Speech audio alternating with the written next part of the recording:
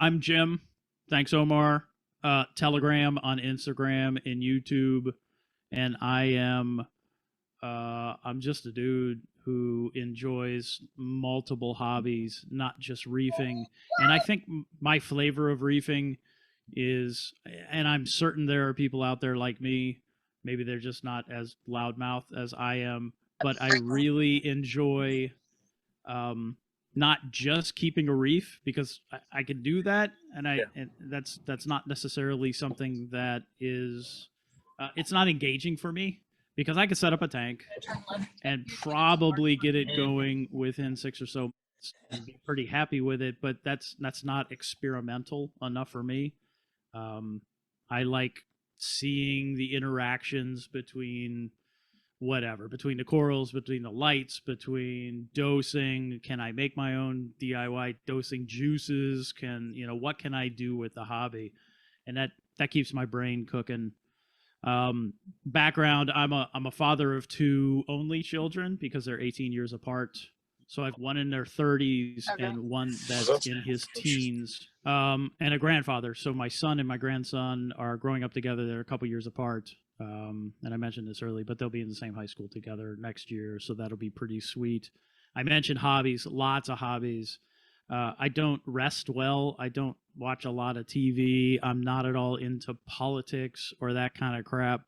So I would much rather solder than sit there and do nothing, that kind of thing. I need to stay busy, right? I'm no spring chicken. I'm in my mid 50s and I need to do something to keep my brain cooking, or I'm just gonna take old people naps and eat dinner at 4 p.m. And that's not my kind of thing. Um, I was I was in the Air Force for 20 years, 16 days. Prior to that, I worked at McDonald's, and after that, I moved into pharmaceuticals, where I lead an engineering, maintenance, safety, validation team at a small pharma in Maryland near DC. I was a motorcycle test rider for North American Honda, contract rider, just because it seemed interesting, and I answered a newspaper request of all things just to go do stuff like that.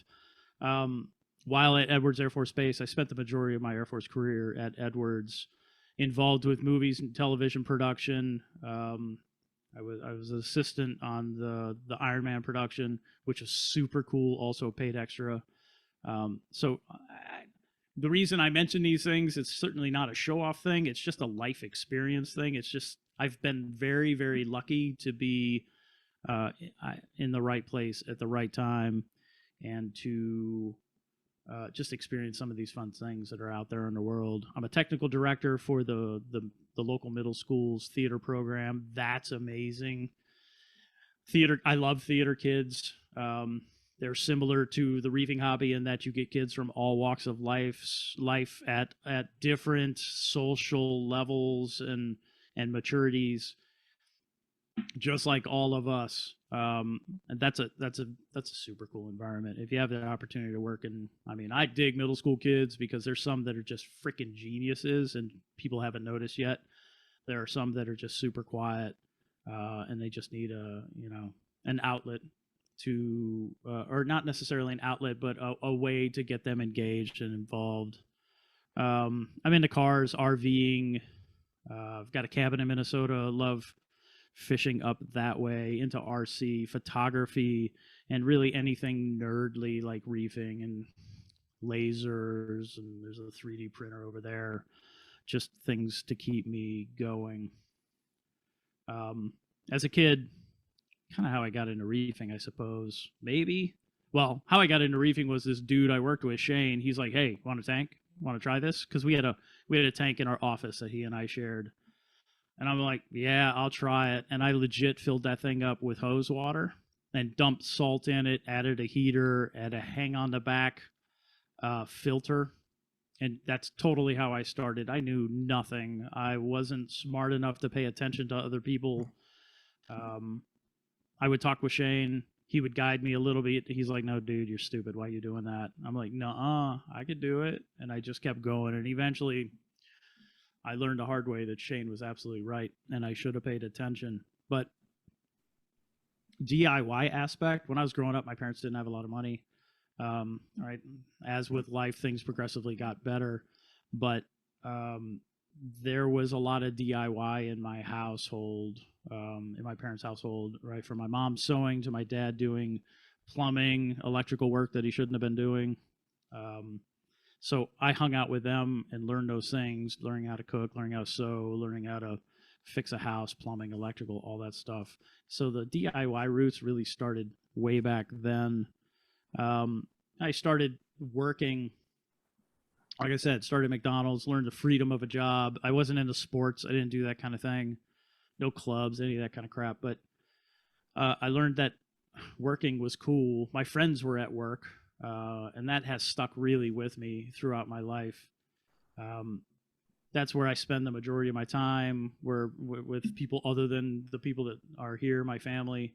Um, those are my friends, and that's kind of, I don't know, that's kind of how I do it. I don't know. I suspect other people are in the same boat, but I enjoy working in a place where I click with the people, and it makes sense to me. I'm able to talk with them. I mentioned this: 20 years, 16 days in the Air Force. I was an aircraft electrician turned environmental, so they merged the career fields, the electrician and environmental career field. So I took care of lighting, power generation, fire suppression, and basically the HVAC system on an airplane. I worked on the KC-135 for 5 years. That was in Indiana. Did some Desert Storm time, Storm Shield and Calm. Then moved to California for 15 years to work on the B-2 bomber and the YAL-1A airborne laser, which was this big chemical oxygen iodine laser that would shoot a basketball-sized laser beam out the nose of the plane to blow up missiles a couple hundred clicks away. That's when I found the value of being the dumb guy in a room, because those people were all geniuses. They were just rocket scientists and laser wizards, and very cool environment to enjoy. Following that, I moved into squadron leadership, overseeing a whole bunch of people at a whole bunch of different places. That was a little boring, so I pulled the plug at 19 years, 16 days. 1 year later, I retired. After the Air Force, I mentioned that I went into pharmaceutical. That was cool. I knew nothing about buildings or pharma equipment, that kind of thing. Way different environment, especially after 20 years. And well, it's not really the military, it's the Air Force, if you know what I'm saying. But it was an interesting transition that went really well, and I lucked out working with a bunch of cool people. Regarding superpowers, as far as I'm concerned, we all have them. We all have these life experiences, right? I would love to go through everybody and say, give me your 10-minute story. Tell me who you are, how you got there. Like Sam, dude with his camera on and a beard. He was a NASCAR crew chief. Now he's playing with Doe's heads. Oh, wait a minute. You got that from AliExpress, didn't you? No, this is actual this is the oh my god, I can't even, the stock. That's a two roller. Yeah, I'm just tinkering with it right now, actually. I got you. So like that dude, right? He worked on a NASCAR crew. He jumping over the wall, playing with stuff, right? Everybody has these cool life experiences that in some way can roll into their hobby, that they bring with them for the hobby. I think of it like a mashup, and I tend to mash up hobbies as well. But you know what mashups are, right? It's music that is, two different genres or two different songs or two different whatevers or multiple that they turn into one and make it sound kind of cool. That's how I treat the hobby.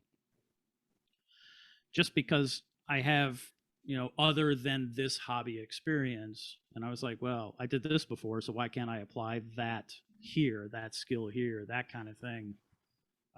I think I wrote down 3 things that I think are important to, important to me. They may not be important to other people, but they're important to me in terms of bringing your superpower to this hobby. And it's and I wrote it down. I'm going to occasionally look at my notes like you've seen me doing, but what do you bring to the table How can you help? How can you change the hobby in some way that makes sense in a valuable way? And how can you help guide others, whether they be new people or seasoned reefers who are set in their ways? I mean, they may not want to change, but then that's totally cool. Um, I speak with the middle school kids. A science teacher invites me in, either virtually or one day in person, and then they have a marine geosciences class, and they talk about corals, they talk about the growth, they talk about all sorts of things. But then I come in and I show examples. Sometimes on Zoom I'm able to show the tanks and talk through, so everything that they just learned in a relatively static and classroom environment, then I can show them in a very dynamic sense, being the tank that's full of living creatures. um do you what can you bring? Do you microbiology background? Do you have an engineering background? Do you have a common sense? I believe is more important than any of those others. Do you have a common sense method, background, way of thinking that allows you to apply those superpowers that you may have to the hobby? Again, I think that's really important because it expands the hobby. The hobby it's slowly evolving, but it can take larger leaps if you have skills and abilities and a way of thinking that can make us all go, why didn't we think of that, and move it forward a little bit. Lynn Reefner just posted that she's got no common sense, and I know Lynn. She's a local here, an incredibly valuable reefer locally, and she of course will downplay her abilities, but she's cool and smart, and I very much appreciate her here.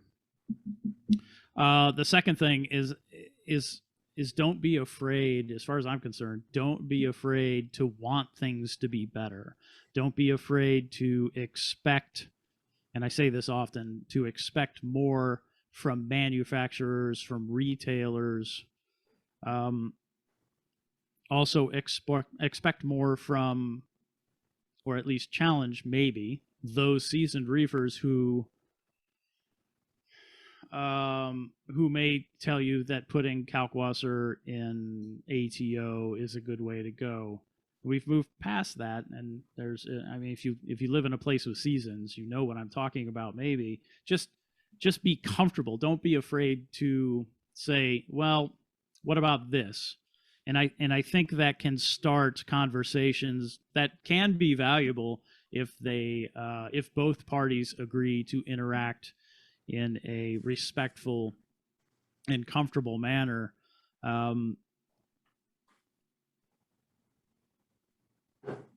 Stay current.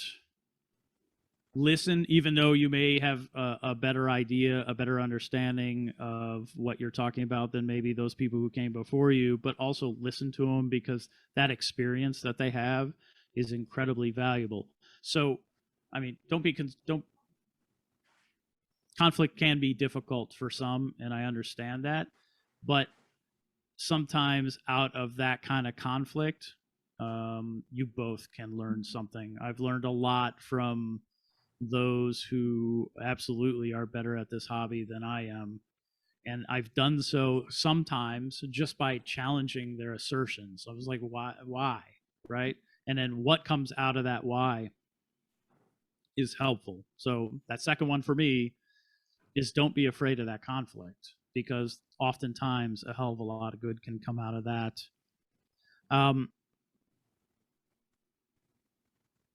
Last one is two different ways for me to learn. Oftentimes it's to find those who are aligned with me, right? That can become a little echo chambery if you allow it to be, but find those who are traveling that same path with you, because maybe they're a little more advanced, maybe they're a little bit behind, and you can help them out. But if you're traveling together, maybe that that collective thinking can move forward what you're after, but also find those that will contradict your belief. Find those who don't agree with you. Oftentimes, Actually, most often, those are the people that I learn from the most because I'll have an opinion about something. I was told once that opinions are like a-holes. We all have them, and most of them stink, right? But what they have to say and what they have to share is absolutely valuable in that you're going to learn something from that person, whether you agree with it or not. You're going to learn something from them that may be valuable to you, not necessarily now, but down the road. But give them audience. They deserve that, right? That antithetical view is I don't know. There's a lot of value in that, and you'll see me do. I mean, if you follow me at all on Instagram um, or the YouTube channel, you know I challenge people and challenge thinking and challenge um, just just general ideas or concepts that sometimes just don't make sense to me. Sometimes I'm wrong, and I'm totally cool with that. I'm right. I'm Jim. I'm wrong. I know how to be wrong. Um, but I appreciate the learning opportunities. My superpower, basically and very simply, is that I challenge respectfully um, views I disagree with, whether I'm right or wrong. I challenge hype. Um, and I very much challenge those who provide opinions without data. And I know me seeking data is absolutely annoying to people. I get that. Um, but occasionally I find somebody who's totally comfortable with telling me I'm wrong, and then here's the data to support that view. And at that point, I got nothing because they're right, and I have to pay attention.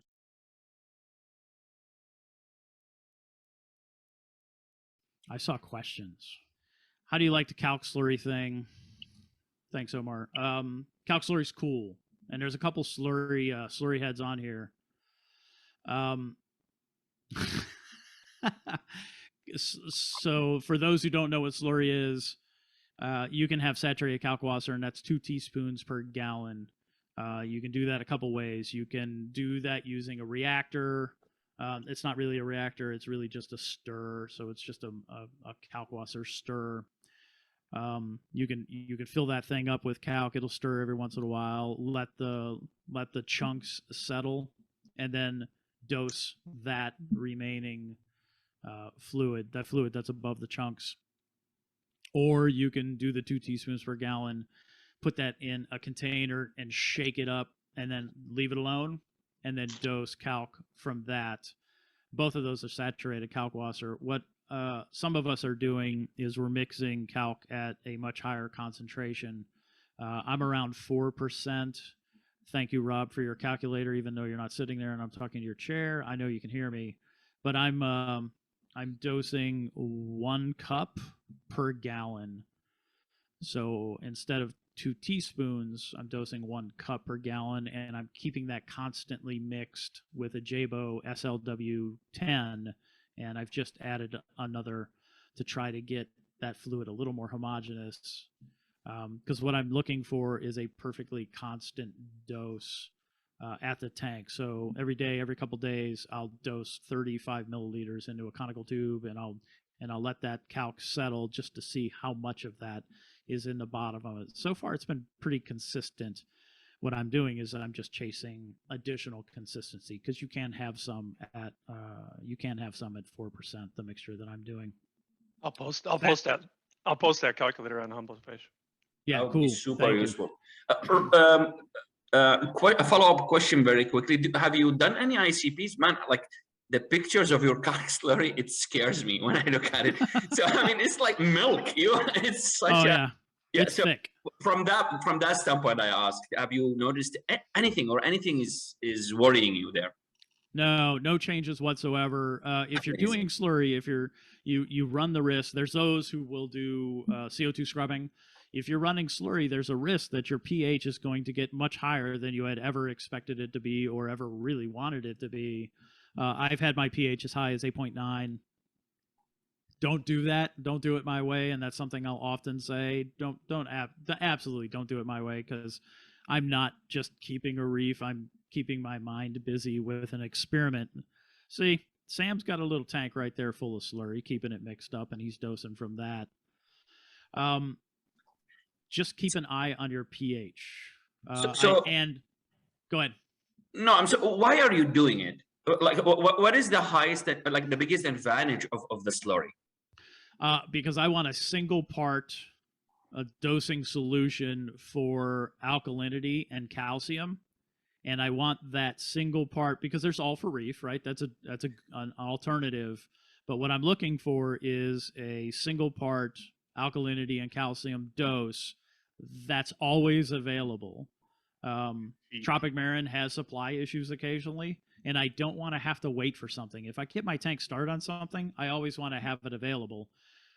Calcium hydroxide, Kalkwasser, is super available. You could buy that thing anywhere. BRS always has it. Two Little Fishies has it. Mississippi Lime has a food grade. Sorry, that is incredibly inexpensive for a 20-pound or a 50-pound bag. Is going to last me 5+ years, 5.5 years. It's cheap, so it's a very inexpensive alkalinity calcium supplement as long as your tank needs it. That is always available, and I don't have to dose 2 parts. I don't need a CO2 scrubber. I don't need a calcium reactor. Everything that I need from alkalinity and calcium comes from slurry. The benefit then is the pH.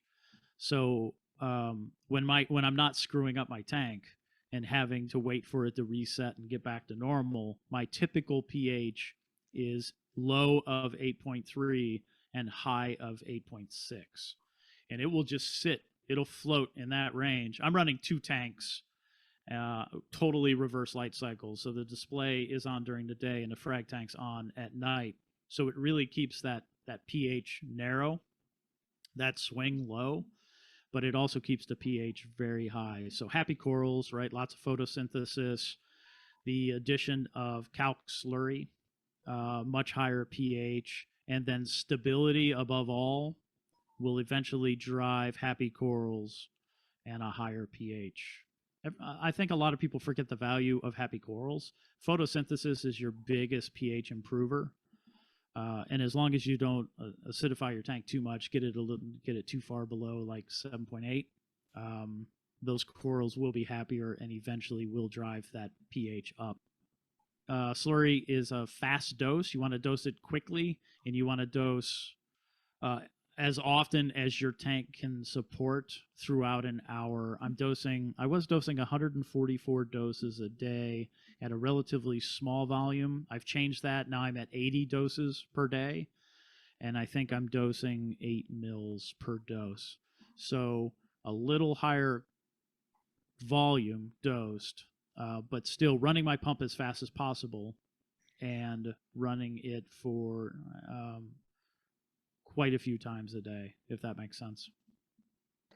Top 3 DIY reefers should learn. So learn how to solder. Like I'll solder just to chill out. I'll solder just whatever.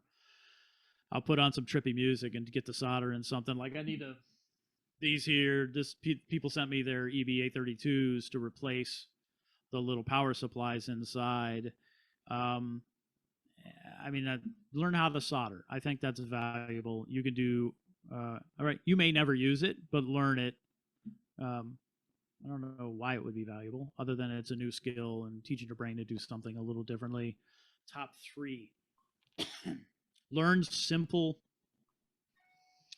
battery backup techniques. Learn simple, learn DC voltage. DC voltage is very easy. Khan Academy, all sorts of different resources out there. Will Prouse on YouTube is an incredible resource for DC voltage. DC is safe. You got to have greater than 40 volts for you to even feel it, and you would really have to drive some decent amperage through one hand. Remember, I'm an electrician. Through the other hand, just to stop your heart. You got to really work hard to burn down your house or hurt yourself with DC. If you learn DC voltage, then you can put yourself in a better position to create battery backups for your tank. and we'll spend a whole lot of money on lights and gear and pumps and glass tanks and all of these things in our livestock. But then maybe we just have a generator, and in some cases people don't. So get a generator. But what are you going to do when you're not home and you need a couple, 3-4 hours to be able to get home, to get your generator started up, or time to not flip out your neighbor when you're calling them for help to get your tank set up? So learning DC voltage can put you in a better position to create your own battery backup that's actually worth the money. Those that are provided from retailers for the reefing hobby are insanely expensive for what they are. I'll go so far as to say they're total ripoffs, and they know that, and they're just making a killing on those things. So it gives you an opportunity to learn that. So of course I'm rolling electrical with these, soldering, DC voltage, and then a lot of us, if not most of us, are comfortable with PVC work. If you don't know PVC, just go buy some and just cut stuff up and make stupid balloon animal looking things out of PVC just to learn how to glue them together and make good joints. I think that's valuable. You'll eventually get to the point where maybe you want to pipe in a sump. Knowing how to use PVC cutters and glues and primers and all that stuff, that's helpful. And then last question in that first one from Omar is my thoughts on the Hydros, at the risk of poking the bear. I think the Hydros is a great controller. I think it's incredibly easy to use. It will slowly provide more value over time. Regarding controllers, I have a Reef Keeper. I've got 3 Apexes. I have an E-Coral. I have 2 GHLs. And I think that's all of them. And then 1 Hydros. I like them all for various reasons. I'm anti Wi-Fi power bar. I think it's just too risky for the animals where the thing gets stuck off. If it gets stuck off, then you're kind of screwed if your heater's running off that thing.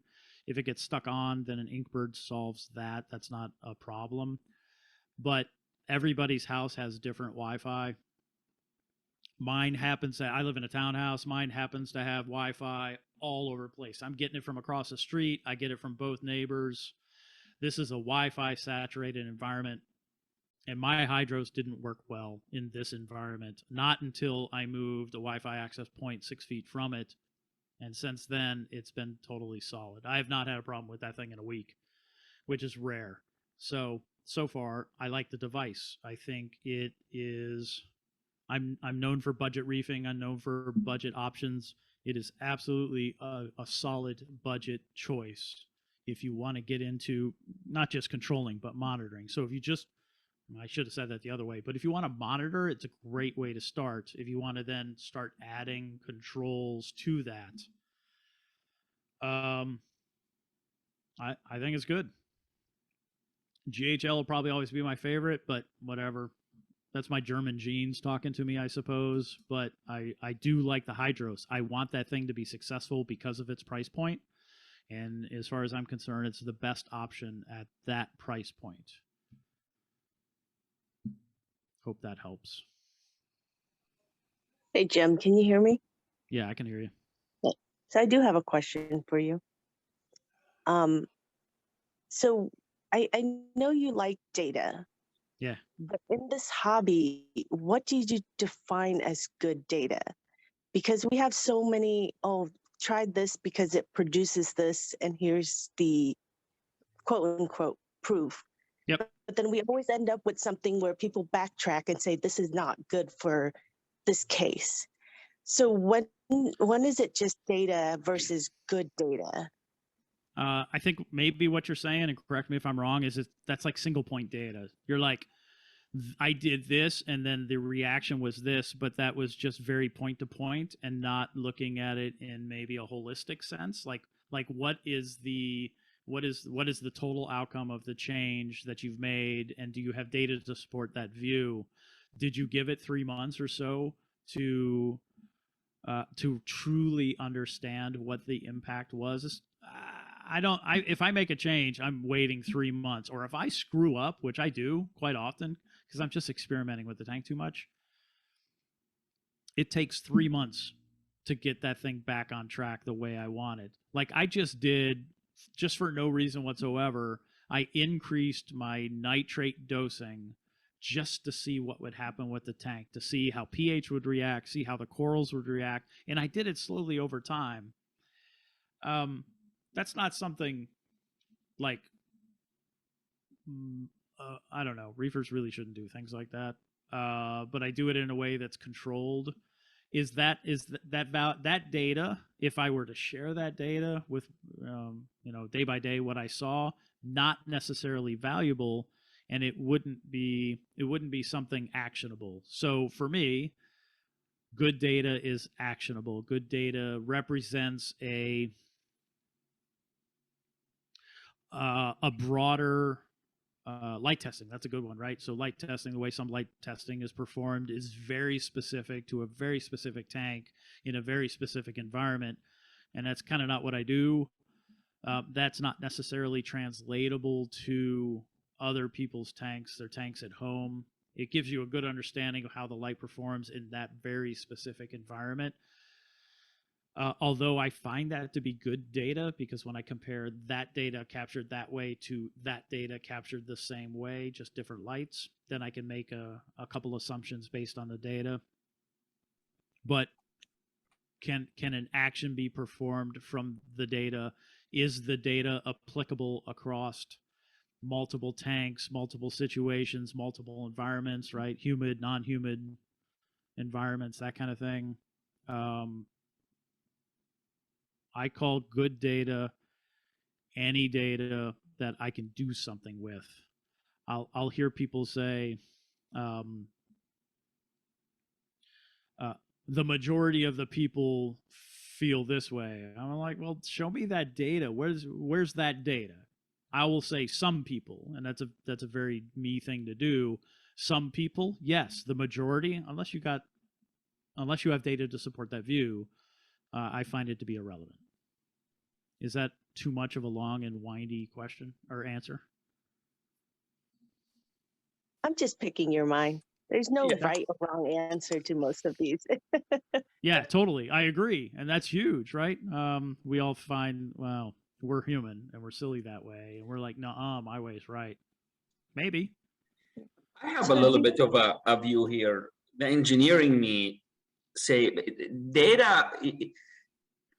One of the things I look first when I look at a data produced from someone, we are in a hobby, right? It's very rare that you have a really professional setup. I look at, the first thing I look at is the setup that generated this data. And one of the things I really respected, like example out of Telegraham here, when he did light tests, a lot of the data you see out there is data of like, it looked good, it grew coral. Telegraham did a spectrometer measurement. That you gotta give this kind of data a little bit more weight than an anecdote, right? Because now you can only debate the difference in the setup, but you cannot really debate the methodology of the measurement, unless if you suspect the spectrometer itself is broken. So I would say when you're in doubt, the engineer in me will go and look for how did you generate this data, then from there build up. Yeah, agreed. Regarding spectrometer data, totally a solid point. I want to see spectrometers in the hobby more, because I think if you put, and there is at least one, I have it in a cabinet over here, that's reasonably priced, that can give you PAR, not underwater, so don't stick it in a tank because it's never going to work again. You'll be pissed. But for $650, you can get a spectrometer that reads almost the same as the spectrometer. That's the spectrometer that Bulk Reef Supply uses. That data, spectrometer data, is interesting. The more you dive into lights and understand the data that you're looking at, I can't tell you because my corals don't talk to me. No matter how much I talk to them, they won't talk back, and it pisses me off. But I can look at photosynthesis charts. I can understand, what other people are saying, because it's really not difficult data to interpret. And I can listen to those. I mean, Randy did a great job with providing us all this huge wealth of knowledge regarding spectrum, and slowly what BRS decided was a decent spectrum, how that spectrum was maybe partially developed by Ecotech, and then how it was applied at WWC. All of that made perfect sense to me. So their data compared to their data is awesome, but because I have the tools to be able to do that myself, I can see some inconsistencies, and certainly not nefarious inconsistencies, but that puts me in a position to maybe go, can we talk about this? Can I challenge that view? That kind of thing, because I have like legit data from legit lights. I know the spectrum of a sky versus the spectrum of a Viper Spectra, because they're both in this cabinet right here, and I can compare those two, so I can tell you what not best, because I'll never provide a best. I don't believe there is a best, because everybody has a different thing, and they're all chasing a different thing, and their tanks are different, their houses are different, their whatevers are different, but I can certainly compare things directly with data. Now, that's not necessarily appreciated by everybody, and I'm comfortable with that. Sometimes when I'm talking data, I'm going to have to argue with you on that one, Jim. Go. Let's hear it. I think there is a best. It's just a matter of what question you're asking. Personal best, what you're right? looking. No. I think for everything there is a best. It's just a matter of how, like, what best you're looking for. Give me an example. No, like if I'm looking for the best output in PAR, that is a question that can be answered. If you're looking for a best in lighting, that is not a question that is easily answered. That's correct. So if you have to use the question correctly to get the answer that you want. That's fair. So just like data, I don't want data. I want data that answers the right question for me. That is good data. That's complicated. But I do believe that there is a best, just depending on what you're asking. Okay, that's fair. That's an alternate view. I know you and I respect you, and I know you and I won't ever see that point the same, but I totally understand your view. I mean, if we look at a product have multiple fundamental performances, right? So yes, there will be a best in each fundamental, but best in all these fundamentals combined is subjective, to your point. So, like example, if you look at a light, if you say what is the best PAR, you can answer this question. But what is the best light? Light is PAR, power consumption, form factor, heat generation, so many things, quality of the bill of materials. So yeah, no, I agree with you, but that shouldn't hold us from looking at the data, because best can be subjective, but data does not lie. If you're looking at data, should give you data on a fundamental, right? Yeah, agreed. So maybe I'm looking at best differently. I can tell you a light that I have tested at Spectrum that has the most PAR, but I can't quantify best, if that makes sense, because I don't know what the best PAR is. The best PAR may be low PAR coming out of a metal halide. It may be the best for growth. It may not necessarily be the best for color, or maybe you're getting a lower PAR like you would out of a metal halide, but with a fuller, not spiky spectrum like you see with a metal halide. So maybe you could then develop core or color from that lower PAR. Maybe that's best. I just don't know what best is. I know what most is. I know what least is. So I speak very very succinctly to those points, but never to a best, if that makes sense. You're the politician of data, Jim. I'm the politician. I so hate politics. You know what the I don't dive into, because it's like talking best is like talking about someone's mama, because they get just really frustrated. I mean, yeah, but if I hit you with like, hey, I have a 20-gallon, what's the best light that's going to keep me as cheap as possible? You have an answer. Right. Oh, I have an do. answer for a Right. budget choice that will meet your needs. It's not best, and then if I tell you it's best, somebody whose mama I just made fun of, who's driving an AI Prime, is going to come and say, "No, the AI Prime is best because somebody told me it was." Right? I mean, that's where it gets emotional. That's because The That's where a lot. emotion- Yeah, go ahead. I think that's where a lot of these conversations are coming around recently about recentering. You know, what Yeah. is best, right? Where best isn't an $800 Radeon, right? Best isn't, you know, always that Yes, upper it is. echelon of products. Yeah, Lynn has You a know. couple. We're trying to redefine success and what's best for, like, specifically what your goals are, right? Lynn, if I may, compare your Refi Duo Extreme to an XR 30 Blue. And I think I already know this answer because you've already told me. But do you have a why? I like the color of it more and the brightness, Which one? but I like the blue more. Okay. But I never said it was the best. I was just joking with Rob. I like it the most because of the color. I do Okay. not have it long enough, nor have I tested it to say to myself that one is better than the other. Yeah, I got you. That's and not then- fair. I gotta learn how Lynn's pulling my leg now.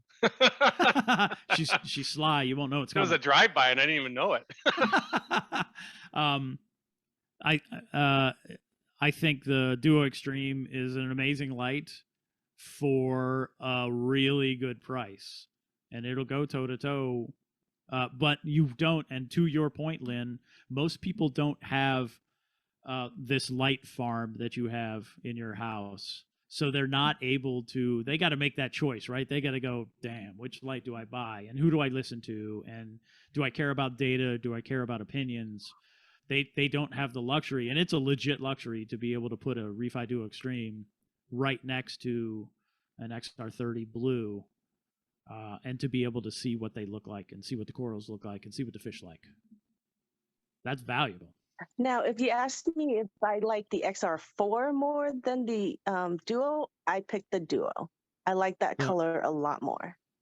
Are you talking about you said XR4? Upside, the Gen 4. Oh yeah, Gen 4. It's interesting because the spectrums are, I mean, there are differences, but they're not dramatic differences. Interesting. Hey, real quick, Jim, about the Yeah, man. Reefing. Is it put off light that's like real purple, like Radion's like blue? The Uno is very violet. I Okay. can It- I can it's- attest I- to that. I just hung two up next to my Kessels, and it gave them a very nice purple sheen. Man, I think its peak is around 425. I'd have to pull the data up, which is 25 lower than all other lights. Damn near all lights have a 450 peak, 450 nanometers. The Uno at what now $400 is an incredibly powerful little light, like way more powerful than you'd ever expect from a light that size. It's almost, it is slightly less than XR30 power in a form factor that's XR15, but it leans high violet at I 425. can't really decide if I want to go with like 5 of Luca's bars or 3 Unos and 4 bars instead. What I'm looking forward to regarding Luca's Quanta bars, Mahina corals, I'm looking forward to testing that and then seeing, or those, because I'll see 3 of them. I'm really interested in seeing how those. I'm all about pairing sidekick lights, so bar lights with main lights, just to give you that color and spread. that you're looking for, and additional par. I mean, that's 'Cause you technically can- what I do now. Yeah, totally. And that's what a whole bunch of us have done with T5s, supplementing LEDs, that kind of thing. I've just always been doing it with LEDs. I tried the T5 thing. I was like, this is silly. So then I immediately went into LED bars as my supplemental light. And I think we will very quickly find out that it's super easy to dial in the spectrum and par and spread that you're looking for with supplemental bars from Luca, at a decent price. And ultimately, some people will just buy like 3 or 4 of his bars to light their entire tank. I don't want this to turn into a Luca commercial, but I'm super excited to test those lights. Can you please tell us, like, what, when it break, what happened? Do you know what lead to break? Because I think this is a common issue. I want people to know the alternative, right? I'm really happy with you giving the alternative. Thank you. Sometimes this happens when you'll have a power outage, or sometimes it just randomly stops working. This little power supply stops working. And when that happens, your Apex will think it's turning on the outlets, but nothing's happening. The EBA32 is just sitting there going, yeah, because it can't hear you because it doesn't have any control voltage. It looks like it's doing something, but it's not actually doing something. So the outlets aren't turning on and off like they should. Older EBA32s, before they move to the Meanwell power supply, absolutely are prone to failing. There's 3 of them here that I've been sent. All of those that have this power supply, not all, there's a really good chance that if you have the EBA32 with this power supply inside, that it's going to break eventually. So all I'm doing is retrofitting the older A32s with the newer Meanwell power supplies. It's 4 wires. It's super easy. It's a little bit of soldering and a little bit of securing this thing with either, y'all know I don't like hot glue, but maybe with hot glue and or epoxy, that kind of thing. But you just got to secure this thing so it doesn't move around. But that's it. It's 4 wires and it's repaired. I don't know why Neptune won't do this repair for like free, because they know damn well that this thing's in there and it's going to break. And it's such an easy thing to do. And it doesn't take a lot of time, right? For 1 hour of labor, you could do this, and then you have incredibly happy customers. Maybe we'll see that change with Neptune moving underneath BRS. Yash asked, is there a DIY idea of yours that I haven't been able to execute on yet? Absolutely. So algae scrubber, DIY algae scrubber on Humblefish. Yeah, so I mean, I'm lucky enough to have this laser here, Glowforge, and I can assemble. I really just want to go. I want to go to Michael's. Maybe not using the laser. I want to go to Michael's and I want to buy everything that I need to make an algae scrubber from Michael's and Home Depot, and just say, this is the stuff you need. If it can get to 80 to 100% of what the commercial brands, this is something that I always say. DIY needs to get me close. DIY needs to get me 80 to 100% of what the commercial brands can do. There's a little bit of love back and forth between Omar and Humblefish, and I like that. You guys are awesome. You really are. This is a cool, whatever. I like this forum. I mentioned that in my Instagram post about it being inclusive, and that's valuable to me. So thank you for that. DIY dosers using the same parts that the Neptune dose, and then previously the GHL Maxi used. I would love to be able to make a doser at some point that is just simple and inexpensive. Not lights. I played with lights a little bit. I played with light bars. I think that's a saturated space. I think Luke is taking care of that. And I'll just help him. I like that a lot. Question 6, would you do or have a video on how to build a battery backup? Yeah, so I did. Oh, for Ecotech Marine? Yeah, I did. Ecotech, that's the easiest battery backup ever. And actually, Devon Reef Dudes did one as well. So you can buy the parts for an Ecotech Marine clone for under $50. and that battery will be larger than their 18 amp hour that's sitting inside that case. I took that case and I replaced their lead acid grandpa's lantern battery that's in there with 2 lithium iron phosphates. I'm a big lithium iron phosphate fan, and it does everything that the Ecotech battery can do. And remember, the 18 amp hours on a lead acid battery is only when it's brand new and basically no load. Once you start putting a load on that thing, and certainly if you drain it a couple times, it's no longer 18 amp hours. It'll easily get to half very quickly. Battery backups are an underserved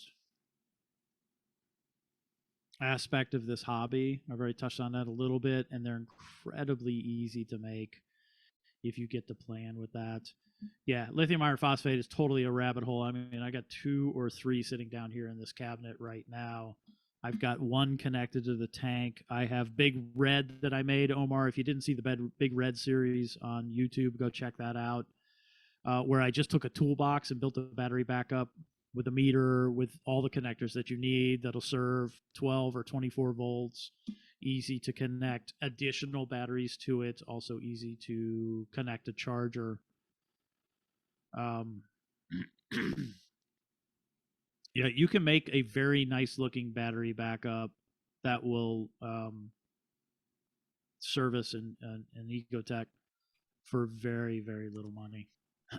Kyle mentions another good DIY skill to have is 3D printing and modeling. Absolutely. I suck at modeling. Rob's pretty good. I don't know who else in here. Maybe there was another gentleman. Yeah, Yash. Hopefully I'm saying that right. He's looks maybe like he's pretty good at it. There's some good people around who will absolutely design for you. I already mentioned Chris Cleven. He lives for that stuff. He's so good at it. He's a legit wizard. 12 volts or 24 volts. Rob, I'm a 12 volt guy only because worst case, if the world goes to crap and I have no juice, I got a mad snowstorm, I'm plugging my tank into my car, and that's 12 volts. I have that readily available, so I can run my car. That's 12. I've got however many amp hours in the car that's sitting in my driveway right now, which is a lot. And all of that big battery is connected to the little 12 volt battery. So all I got to do is connect to my 12 volt battery, and I have substantial battery for as long as I need. Now that's a little, I don't know, that's bordering on prepper. But if I have the choice to keep it easy and to be able to call my neighbor Oscar and go, yo, I need your help, I want to keep it as easy as possible. Can you tell us about the doser DIY change that you did? So it wasn't the dose to the doser 2.1. So what I did is I bought a Neptune dose, and I had it connected to my totally bulletproof, totally impossible to break it. I could throw it to the moon and back, and the stupid thing would still work. Apex Junior. Those old Apexes were just so powerful. They're not powerful. They're well made, and they didn't break. So what I did was I took my Neptune dose that was, if you have a dose, you know how loud it is. And then I took the guts out of that. I just took the board out, and then I replaced it with a GHL Maxi slave board, and it sort of fit in there well enough. I was able to put it in there, drill some holes in the back of the dose, and then close the lid. And you don't really know, other than it looks pretty janky on the back side. But then I'm able to use that dose, which is, they're I think it's Taiwan. They're certainly sourced overseas. Those pump heads that Sam was holding earlier, and that motor combo, that stepper motor combo, those are sourced from overseas. I know where Neptune gets their parts, and as long as you don't mention Neptune, you can buy from the seller overseas, and they'll sell you all the parts you want. All I did was take that dose and install a Maxi board connected up to my GHL, and now I've got the GHL controlling an old dose. That's quiet. The first thing I figured out is that the stepper drivers on the dose board is what makes the dose loud. The motors don't need to be loud because those same motors driven by a GHL are quieter. That's just a hardware selection thing. If I You remember mentioned that right, go ahead. you mentioned that over and over. It seems to be a common theme, you know, that one thing I've noticed is learning how these OEMs source their own components, because most of them aren't very vertically integrated, right? No. So they might have a couple proprietary chipsets in the board that they might do some software embedding, you know, to run, like let's take Apex as an example. Yep. For their ladder logic and whatnot. But a lot of these, most of them are just mashing together other OEMs products, right? And then throwing them out there and then granting us a reef tax. So a lot of this stuff, you know, if we can work together to source where all these parts come from, you know, you can repair it at a really low price. You can DIY a lot of these solutions at a really low price. You know, if you don't want to spend $80 for cabling, you know, because they only provide you with 2 feet of cabling, don't buy their OEM cables when they're using standard off-the-shelf connectors. You know, it's just more about talking to each other and where are these guys getting this stuff. Yeah, totally. Yeah, and a lot of you may know that I'm totally anti-reef tax. I'm irritated by price increases that are totally unjustified. I got hands up. Yash, what you got? What are your thoughts on running a testing system like the Trident without the base unit? So just the Neptune Trident without the Apex. Yeah, the Neptune Trident should be a standalone. And it was, there's no reason why they couldn't make the Trident for probably the same price as a standalone unit. I know the GHL KH Director is only alkalinity, but that's a standalone unit. You just get a standalone pump with the KHD, and you're automatically testing alkalinity as often as you want with no controller. I would love to see Neptune come out with a standalone Trident. I don't necessarily, well, although I like the technology in the HANA form factor, right? Because it's using basically the same technology.